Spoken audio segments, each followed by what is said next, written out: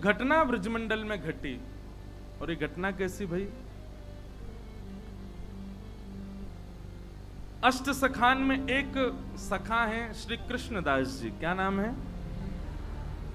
आप लोगों ने यदि हमारी पहले कथा सुनी होगी तो कृष्णदास जी का एक पद हम बहुत गाते हैं, मेरो मन गिरधर छवि पे अटक्यो। ये श्री कृष्णदास जी का पद है। तो कृष्णदास जी मंदिर के अधिकारी, श्रीनाथ जी मंदिर गोवर्धन के, बहुत ध्यान से सुनियो, बड़ी सुंदर चर्चा है।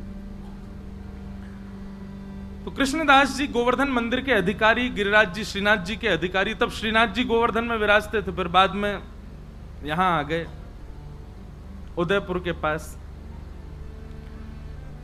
तो कृष्णदास जी को नियम हतो, वो नित्य जल की सेवा मंदिर की करते और स्वयं जाते, कुआं से जल लेकर के आते और लाकर के मंदिर सेवा में पधराते। एक दिन श्रीनाथ जी ने प्रत्यक्ष प्रकट है करके, श्रीनाथ जी तो प्रकट ही थे, बात करते थे अष्ट सखाओं से। ठाकुर जी ने कही, बोले कि हे कृष्णदास, अब तुम वृद्ध रह गए हो, आप अब सेवा करनी धीरे धीरे कम कर दो। इतनी भोर में जाओ, जल लेकर के आओ, हमको बड़ा श्रम हो गया आपको देख करके। कृष्णदास जी बोले, हमारी करनी को कितने सारे लोग देख करके पालन करते हैं, यदि हम ही हाथ पे हाथ धर के बैठ जाएंगे तो बाकी के लोगों को क्या प्रेरणा मिलेगी? इसलिए जय जय, हमको सेवा करने दो, आप हमको रोको मत। ठाकुर जी बोले, जैसी तुम्हारी राजी। और एक दिन कैसा हुआ कि श्री कृष्णदास जी जल भरने के लिए कुआं पे गए और जैसे ही जल भर करके बाहर निकाल रहे, आप श्री का पैर फिसल गया और कुआं में गिर गए। और कुआं में गिर करके श्री कृष्णदास जी के भगवत धाम गमन हो गया, भगवत धाम गमन हो गया। आश्चर्य की बात ये तो थी, दुखद घटना थी कि भैया एक परम वैष्णव भक्त भगवत धाम को प्रस्थान कर गए, पर चर्चा का विषय ब्रजमंडल में यह बना हुआ था कि एक परम वैष्णव की, एक परम भागवत की, एक ऐसे दिव्य महापुरुष की इस प्रकार से मृत्यु होना लोगों का भक्ति से विश्वास उठाने जैसा लग रहा था।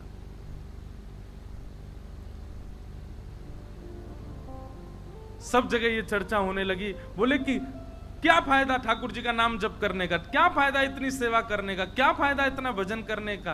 कृष्णदास जी को देखो, कुआं में गिर गए, प्राण निकल गए। अरे कम से कम प्राण जाते तो कम से कम ऐसे तो कि सही तरीका से जाते, इस प्रकार ये तो अकाल मृत्यु जैसी है। अब तरह तरह की बात ब्रजमंडल में घूमने लगी। ऊपर से किसी ने एक बात और जोड़ दी। बोले क्या? बोले वो तो भूत और बन गए। किसी ने ये बात कह दी कि वो भूत बन गए। अब जब बात फैलती है ना, तो मानव का ऐसा स्वभाव है, साइकोलॉजी है ऐसी कि वो उस चीज को घर कर लेता है। अच्छा, एक तो अकाल मृत्यु, भूत और बन गए। अब कोई बेचारो पनघटते जल भर के ला रहा है, तो जबरदस्ती टीक दोपहरी खाली, कोई भी नहीं रास्ता में। अब जोर की हवा उछल जाए तो ओहो कृष्णदास जी पीछे पड़ गए मेरे, हवा चली बहुत जोर की। बाकी के सब विश्वास भी कर लें, बोले हाँ सही कह रहे हो, भूत तो बन ही गए वो। कृष्णदास जी के लिए कहा जाता है कि उनकी अधोगति, उनकी अकाल मृत्यु, और ये तक कह दिया कि वो एक प्रेत बन गए। स्वामी श्री हरदास जी महाराज कहते हैं, ध्यानपूर्वक सुनिएगा। बोले माथे पे ऊर्ध्वपुंड विराजमान हो गया, ब्रजमंडल में जन्म हो गया, संपूर्ण जीवन में एक बार भी ब्रजरज को बड़ी निष्ठा से जिसने अपने माथे पर अंकित कर लिया, गुरु कृपा से गुरु दीक्षा ग्रहण कर ली और अपना संपूर्ण जीवन में एक बार भी ठाकुर जी का भजन गा लिया, वृंदावन रस को गा लिया, स्वामी जी कहते हैं उसकी अधोगति जीवन में नहीं हो सकती। कृष्णदास जी ने तो पूरे जीवन ठाकुर जी की सेवा में निकाल दिया, कैसे कह सकते हैं कि उनकी अधोगति हुई है?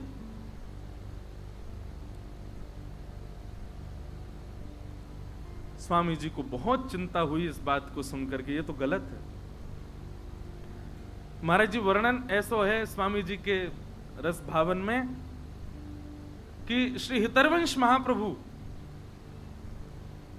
गोपाल भट्ट गोस्वामी जी हमारे श्री गोपीनाथ जी और श्री गोविंद देव जी को प्रकट करता श्री रूप सनातन जी और श्री हरिराम व्यास जी, ऐसे अनेक रसिक जन सब आए निधिवन में, और निधिवन में एक पूरी गोष्ठी बैठी कि भैया ऐसे ऐसे ये तो भक्ति पर प्रश्न चिन्ह उठ रहा है, कृष्णदास जी की अधोगति हो गई, वो प्रेत बन गए, बड़ा लोग बाग तो भक्ति करने से डर रहे हैं, मंदिर जाने से यूं कह रहे हैं कछु फायदा ना है भैया, कृष्णदास कुआं में गिर गो। स्वामी जी बोले अब हम ही को कुछ करना पड़ेगा। तो बोले क्या करें? ब्रजवासीन की मंडली बुलावें कि सब ब्रजवासीन को बुलावें, 84 को उसमें निमंत्रण भेजें कि सब निधिवन में आओ, पंगत पावे, तब आपका चुप प्रवचन करो। स्वामी श्री हरदास जी बोले ना, ब्रजवासीन से कहा लड़नो, ब्रजवासीन को कहा समझानो, अब तो लड़ेंगे हम श्रीनाथ जी से, श्रीनाथ जी से लड़वे जाएंगे। और महाराज यहाँ पर श्री हितरवंश महाप्रभु, स्वामी श्री हरदास जी महाराज और श्री हरिराम व्यास जी, गोपाल भट्ट गोस्वामी, रूप सनातन गोस्वामी, ऐसे ऐसे अनेक आचार्य सब अपनी भक्त मंडलियों को लेकर के निकल पड़े वृंदावन से गोवर्धन की ओर, श्रीनाथ जी को मिलवे जा रहे। महाराज जी इतनी प्यारी चर्चा है, वहां पर श्रीनाथ जी का श्रृंगार कर रहे थे श्री गोसाई विठलनाथ जी गिरिराज जी में, और जैसे श्रृंगार करने लगे श्री जी बाबा ने घबरा से गए। तो गोसाई जी बोले जय जय काय गो, ये आपको मोह ऐसो काय को उतर रहा है, और ये हाथ पांव काय कहां पर हैं? बोले अरे ये सबरे आ रहे हैं। बोले कौन आ रहे हैं? बोले स्वामी श्री हरदास जी, हितरवंश महाप्रभु और क्या कहते हैं हरिराम व्यास, गोपाल भट्ट गोस्वामी, रूप सनातन गोस्वामी, सबरे आ रहे हैं, मोते लड़वे आ रहे हैं। विठलनाथ जी बोले अरे अखंड कोटि ब्रह्मांड नायक सर्वेश्वर ईश्वर जगदीश्वर श्री कृष्ण, अरे ये सब संत जन आपको यश गांव है, ठाकुर जी इनते काय को डर रहे? बोले संत तो बाह्य रूप थे, भीतर तो सबरी सहचरी हैं। वो ललिता है, दूसरी विशाखा है, तीसरी बंसी है, चौथी कोई है, ये सब सबके निज रूप तो सखीन के हैं, और सखीन से ही डरे ठाकुर जी।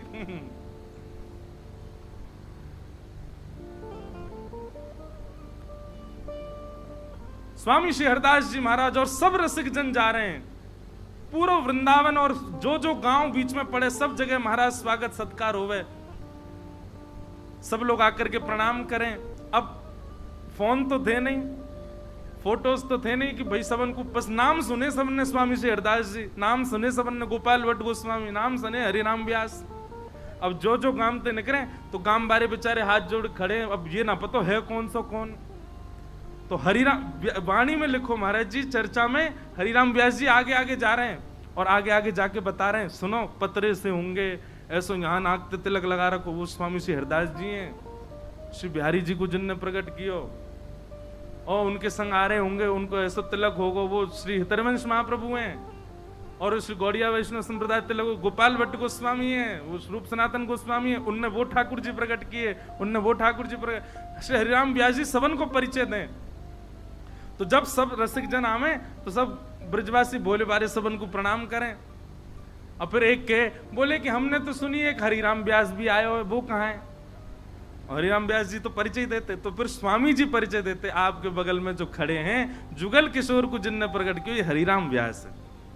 कैसी मधुर चर्चा है, आहा, गामन में जामे वहीं बैठ जाएं, फिर वहां के सब लोगन की शंका को समाधान, ब्रजवासी आकर के अपने निवेदन करें, भाव स्वामी जी सबके भाव बतावें, कभी हितरवंश महाप्रभु कोई की शंका को समाधान करें, ऐसे सब भ्रमण करते करते गोवर्धन जा रहे हैं।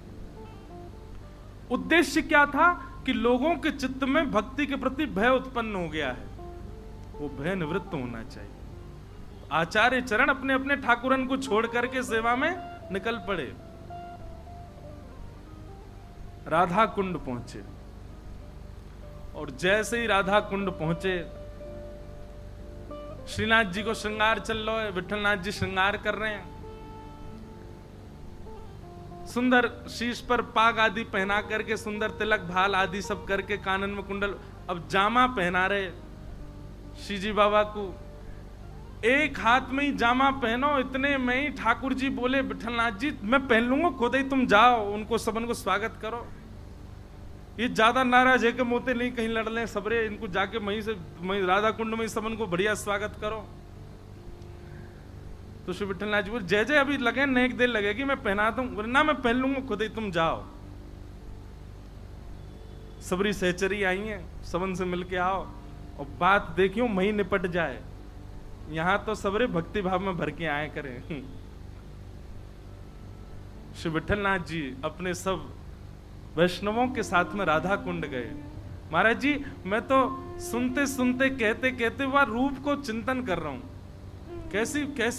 कैसी समाज बैठी होगी। वृंदावन के सब सर्वोत्कृष्ट रस प्रवर्तक एक साथ राधा कुंड पे बैठे। तभी गोसाई श्री विठलनाथ जी आए।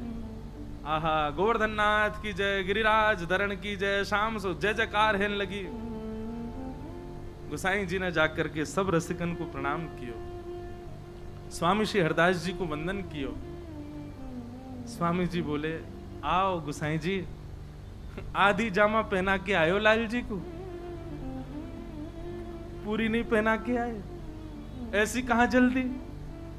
अरे न बढ़िया ते तैयार करके आते, हम कछु कह थोड़ी रहे, मिलवे तो आए, ऐसो काब है। गोसाई जी के नेत्र सजल हो गए। बोले आपके भाव साम्राज्य को प्रणाम है स्वामी जी, आप सब जानते हैं, आपको सब पता है कहां कैसो कौन श्रृंगार कहां भाव में करे। क्योंकि कल मैंने कहा ना ललिता जी सबके मन की जानती हैं, वो ललिता जी स्वामी जी हैं, सब जानती हैं। बोले आधी जामा पहना के भागे आए, पूरी पहना आते। चर्चा हुई, वहां बैठ करके सब समाधान आदि की बातें हुई। बोले क्या किया जाए, कैसे ब्रजवासियों को बताया जाए कि भाई मृत्यु किसी के वश में थोड़ी, ऐसा थोड़ी कि केवल भजन करने वाला और सब प्रकार से ठाकुर जी को भजने वाले की कभी अकाल मृत्यु नहीं हो सकती। स्वामी जी बोले देखो मृत्यु अकाल हो सकती है पर गति अधोगति नहीं हो सकती। ये हम डंके की चोट पर कह रहे हैं और जब तक हैं तब तक कहते रहेंगे। एक बार जिसने अपने जीवन में कुंज बिहारी श्री हरदास कहा होगा, एक बार श्री गिरिराज जी के चरणों में नतमस्तक हो गया होगा, एक बार उर्धपुंड अपने माथे पर पधरा दिया होगा, ब्रजमंडल में जन्मा होगा, ब्रजमंडल में मृत्यु प्राप्त की होगी, उसकी अधोगति नहीं हो सकती। हमारे वृंदावन के रसिकजन तो गाते हैं,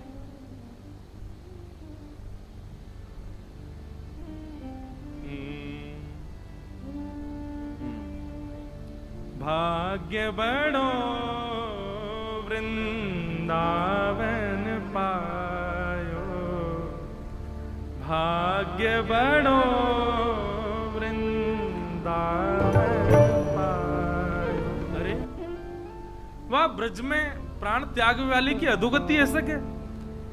कभी नहीं। स्वामी जी महाराज इस बात को कह रहे थे, तभी श्री विठलनाथ जी बोले कि जय जय, आपकी बात तो सही है पर आपने जो ये भाव कहे ये भी उचित है, पर ये बात समाज को कैसे समझाई जाए? समाज को तो प्रमाण चाहिए। आप तो रज की महिमा कह रहे हो, आप तो ब्रज की महिमा कह रहे हो, ब्रज रज की महिमा समाज कैसे समझेगा? गोसाई जी बोले यहीं बैठे बैठे बात करोगे कि जामा आधो पहना के आए उनके पास लऊ चलोगे? अब ले चलो। और सब रसिकन को श्री विठलनाथ जी लेकर के जतिपुरा आए। और महाराज जी ऐसा सुंदर वर्णन है कि जैसे ही जतिपुरा पहुंचे स्वामी श्री हरदास जी महाराज ऊपर एक तरफ बैठ करके श्रीमद् वल्लभाचार्य जी महाराज चिंतन कर रहे थे, ध्यान कर रहे थे।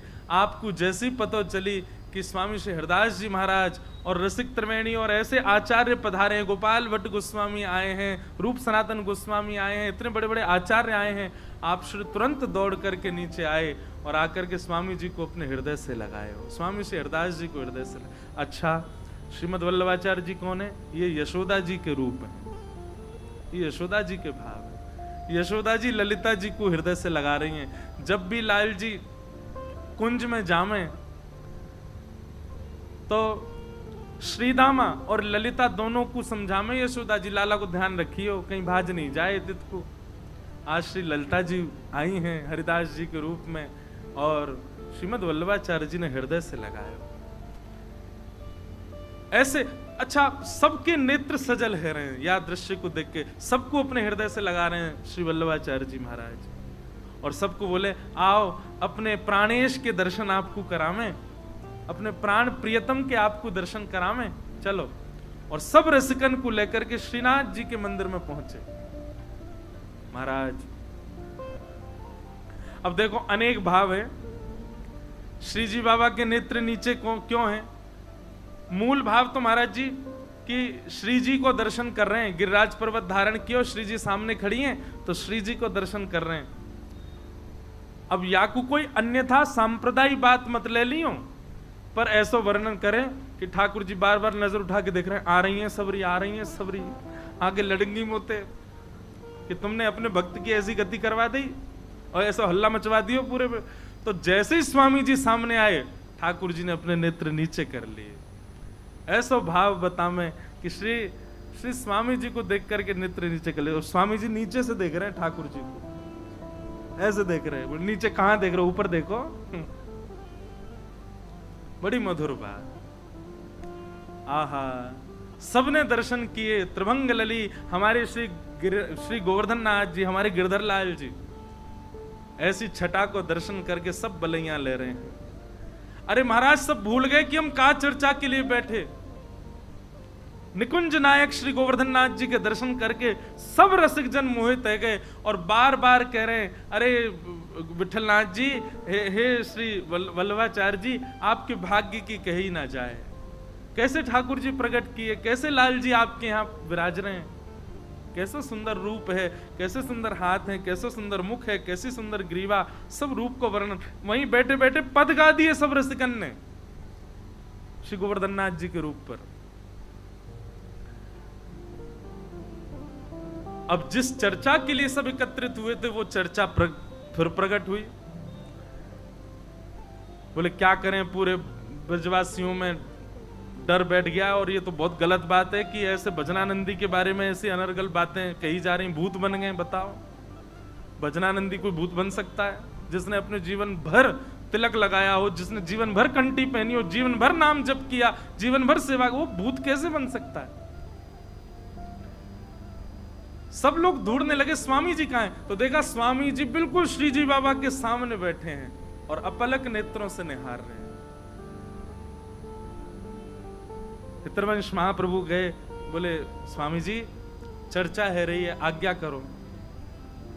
स्वामी जी ठाकुर जी को देखते देखते अपलक नेत्रन से ही बोले, 4 घड़ी के भीतर भीतर उत्तर आ जाएगा कृष्णदास कहां है। 4 घड़ी प्रतीक्षा करो, 1 घड़ी में 24 मिनट होते हैं। और ऐसा कहकर के स्वामी जी तो अपनी लीला में चले गए। ललिता जी हैं, अब निकुंज नायक दिख गए तो कहां रुके, वो तो चली गई लीला में। बस यूं कहे 4 घड़ी प्रतीक्षा करो। इतने में ही एक कान्हा नाम का ग्वारिया दौड़ा दौड़ा आया। अरे अचंबो है गो, आश्चर्य है गो, अरे अरे भैया आज मैंने कछु देख लियो, कछु देख लियो। दौड़ो दौड़ो विठल नाथ जी के पास, वल्लभाचार्य जी के पास आयो। सब रसिक जन बैठे, सबने पूछी भैया कहा देखे आयो? हाफन लगो, बैठ गए, बैठ करके बोलो, अरे मैं श्रीनाथ जी की गैया चरावे जाऊं। विठल नाथ जी ने सबको परिचय दियो, बोले हमारो ग्वारिया है, ठाकुर जी की गैया चरावे जावे। कहा देख लियो भैया? बोले जय जय, मैं गैया चरावे गयो और गिरिराज जी तक दूर ही गयो और वहां मैंने कहा देखो। बोले कहा देखो? बोले दूर दूर कृष्णदास जी डोल रहे। सबके चित्त में भय आ गया। बोले कहीं ये सत्य तो नहीं है कि वो भूत ही बन गए? बोले अच्छा कृष्णदास जी देखे? बोले हाँ मैंने कृष्णदास जी देखे, अब मैं तो उनको देख के भाजन लगो, वो तो पता ही भूत बन गए। पर वो मेरे सामने आके खड़े हो गए और सामने आकर के बोले, कहाँ भाग रहे हो? बोले अरे आप तो भूत बन गए हो, आप तो डर गए। अरे कोई भूत ना बनो भैया, ये सब बात ऐसी बना दी है। बोले आपकी मृत्यु तो है गई। बोले हाँ, मैं ठाकुर जी की सेवा में हूं। और बोले उन्होंने मुझको प्रत्यक्ष बतायो कि भैया ठाकुर जी ने मोकू अपनी गौचारण लीला में प्रवेश करा लियो है। कृष्ण और बलराम यहीं आगे ही एक कुंड पे बैठे हैं, उनकी गैया खो गई है, वाकू ढूंढतो मैं जा रहा हूं। कृष्णदास जी गैया ढूंढ रहे हैं। बोले मेरी कोई अधोगति ना भैया, मैं तो कृष्ण बलराम के संग गैया चरा रहा हूं। सब लोग बोले प्रमाण क्या? बोले प्रमाण ये कि कृष्णदास जी वयोवृद्ध थे जब पधारे थे, पर मैंने आज उनको दर्शन किया, वो तो बिल्कुल जुवान दिख रहे और ग्वारियान जैसे डोल रहे। मैंने उनसे कही कि भैया मैं सबन को जाकर के बताऊंगा, मेरी बात पे कौन भरोसा करेगा? तो कृष्णदास जी ने मुझको एक बात बताई है। विठलनाथ जी बोले कहा बताई? बोले उनने कही है कि विठलनाथ जी से जाके कहियो मेरो आसन जहां रखो है वह आसन को उठा के नीचे खुदाई करेंगे तो 1 लाख स्वर्ण की मुद्रा मिलेंगी। अब ये बात मैं ही तो को बता सकूं और कोई ना बता सके, तो ये प्रमाण है कि मेरी अधोगति ना भई है, मेरी सदगति भई है। मैं तो श्री ठाकुर जी की निकुंज में प्रवेश कर गया हूं, ठाकुर जी के संग गौचारण कर रहा हूं। अरे भैया ठाकुर जी गौचारण कहीं और थोड़ी करें या प्रत्यक्ष वृंदावन में करें, तो या को मतलब ये थोड़ी है कि मैं कहीं और चलो जाऊंगा या प्रत्यक्ष वृंदावन में ही रहूंगा। कृष्णदास जी ने कान्हा को बताई। सब लोगों ने जब बात सुनी बोले अच्छा अच्छा, कृष्णदास जी का आसन कहाँ है? बोले चलो। सब रसिक त्रिवेणी और सब महापुरुष विठलनाथ जी के साथ में उनके आसन पर गए और आसन उठा के मां खुदाई करवाई तो भीतर 1 लाख सोने की मोहर मिली। और उससे ये बात प्रमाणित हो गई कि श्री कृष्णदास जी कोई भूत प्रेत नहीं बने भैया। ठाकुर जी के यश गावे वारे ठाकुर जी के निकुंज में ही प्रवेश करें। ठाकुर जी के नाम से अपने माथे पर छाप रखवे वारे इनकी अधोगति होगी कभी? नित्य उर्दपुंड लगावे वारे, नित्य तिलक लगावे वारे, नित्य ठाकुर जी की छाप सो घूमवे वारे, अपने हाथन में करमाला लेकर के मुख से हरिनाम संकीर्तन करवे वारे, ब्रज में निवास करवे वारे, इनकी अधोगति ना होवे। तभी कान्हा ग्वारिया ने बताई, बोले कि कृष्णदास जी ने एक आज्ञा और दी कि विठलनाथ जी से कहियो या से हमारे लाडले लाल के श्रृंगार बनवा देंगे। ये 1 लाख जो सोने की मोहर है, या से लाडले लाल को श्रृंगार बने और थोड़ी बहुत जो राशि बच जाए वहां से सब ब्रजवासी इनकी सुंदर पंगति करवा दें, भोजन भंडारो करवा में। आहा, सब ब्रजवासी इकट्ठे हुए और सबके सामने रसिक जनन ने प्रत्यक्ष सोने की मोहर दिखा करके सबको ये बता दी भैया कि कृष्णदास की अधोगति नहीं हुई है, सदगति हुई है। वो निकुंज में है, ठाकुर जी की गैया चरा रहे हैं। तब सबन को भजन पर पुनः विश्वास भयो। ऐसे स्वामी श्री हरदास जी महाराज जिनने कही कि भैया 4 घड़ी में उत्तर मिलेगा, तो 4 घड़ी में उत्तर मिल गए। बोलो कुंज बिहारी हरिदास। ऐसे स्वामी श्री हरदास जी महाराज की रस चर्चाएं हैं, रस भाव हैं।